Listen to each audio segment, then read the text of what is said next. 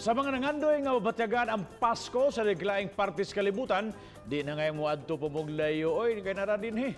Tungod kay pwede na di ay nimo kining mabatyagan mga kapuso kung imo lang tuyukon ang Christmas around the world sa dakbayan sa Danao. Busa mga kapuso, andama ang kaugalingon ug ato kining suruyon pinagin ining report. Dinhi sa dakbayan sa Danao, imong masinati kining Christmas around the world. Naka-display sa maong Christmas Village ang mga tourist attractions sa 12 ka mga nasod. Kung feel nimo mag-tour around Asia, dili na kinahanglang mabalaka tungod kay ania na dinhi ang South Korea, Japan, Thailand, ug Malaysia. Ania usab dinhi ang Eiffel Tower, Statue of Liberty, ug gani ani ay iglo. Masuroy na nimo mga kapuso ang Europe,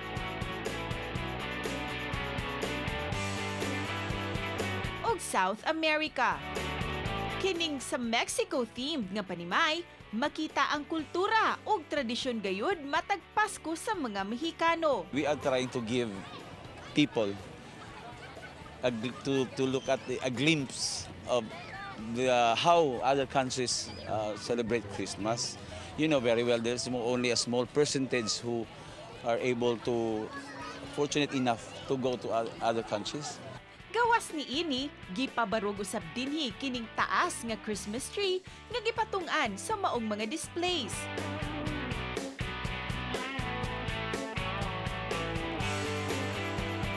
Tumong ni ini nga mabatyagan sa mga Sugbuanon kung unsaon pag-celebrate sa atong mga kapuso sa gawas sa nasod. Perfect kini alang sa picture taking ug bonding sa pamilya ug barkada. Tungod sa kaanindot ni ini, gidagsa kini sa mga Sugbuanon. Okay, kay nice. Hindi, ma-attractive sa mga tao nga Christmas gid ba ang paligid. Kung na may problema kay murag mawagtan jud kay tungod sa kanang kanindot sa kanang lights bitaw sa kanang kahayag bitaw kay murag sa kanang sa ilang mga lights kay murag naji kanang murag makuan jud ni ba. Uban ni Demi Hernani, Cecil Kibod Castro, Balitang Bisdak.